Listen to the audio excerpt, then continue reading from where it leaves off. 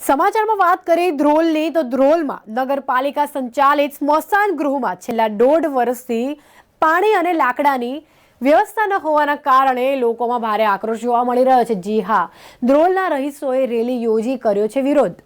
આગામી 15 દિવસમાં સમસ્યાનો ઉકેલ નહીં આવે તો હાઈવે પર ચક્કાજામ કરવાની ચીમકી પણ ઉચ્ચારી છે। નગરપાલિકા સંચાલિત સ્મશાન ગૃહમાં કોઈ પણ જાતની પ્રાથમિક સુવિધા ન હોવાના કારણે સ્થાનિકોમાં ભારે નારાજગી પણ જોવા મળી ગઈ છે।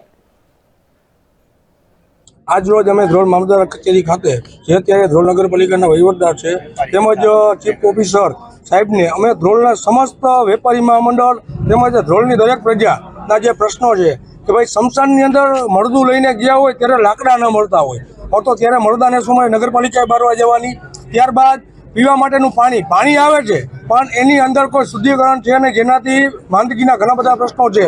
એ પછી જે રોડ રસ્તાના પ્રશ્નો છે, ગટર ઉઘરાવાના પ્રશ્નો છે, સાફ સફાઈના પ્રશ્નો છે, શાક માર્કેટને લગતા પ્રશ્નો છે, આ દરેક પ્રશ્નો છે એની અમે લેખિત રજૂઆત કરી છે।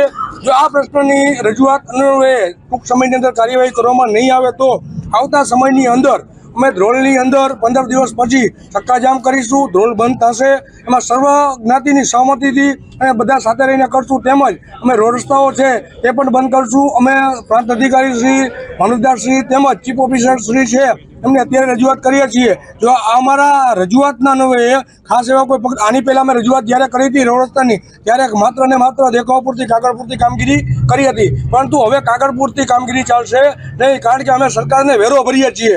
અમે જે વેરો ભરીએ છીએ એ પાલિકાએ અમારે એનું વળતર જોઈએ, એટલા માટે અમે અમારા જે હક છે અમારા હક માંગીએ છીએ। આમાં કોઈ પણ જાતનો રાજકીય સ્ટન્ટ નથી કે કોઈ પોલિટિકલી રિલેટેડ નથી। આ દરેક ઘરનો પ્રશ્ન છે, એ ઘરના પ્રશ્ન માટે થઈને અહીંયા ભેગા થયા છીએ અને આ ઘરના પ્રશ્નનું સોલ્યુશન નહીં થાય તો અમે આવતા સમયની અંદર ઉગ્ર રજૂઆતો કરશું। અમને જે જરૂરિયાત લાગશે એ પ્રમાણે અમે રજૂઆત કરશું। આ સમસ્યા છેલ્લા 1 વર્ષથી છે। જે સ્મશાનની અંદર ગયા હોય તો કાપેલા લાકડાનો હોય, પાણી હોય તો પાણીની કોઈ અણગમ વ્યવસ્થા હોય, ધારો કે ત્યાં એક નળ ખુલ્લો મૂકી દો તો પાણી એમને ઢોળાતું હોય, બગીચો છે તો બગીચાની સાફ સફાઈ થતી ન હોય, તો આ જે મુદ્દાઓ છે અમે લેખિતમાં રજૂઆત કરી છે।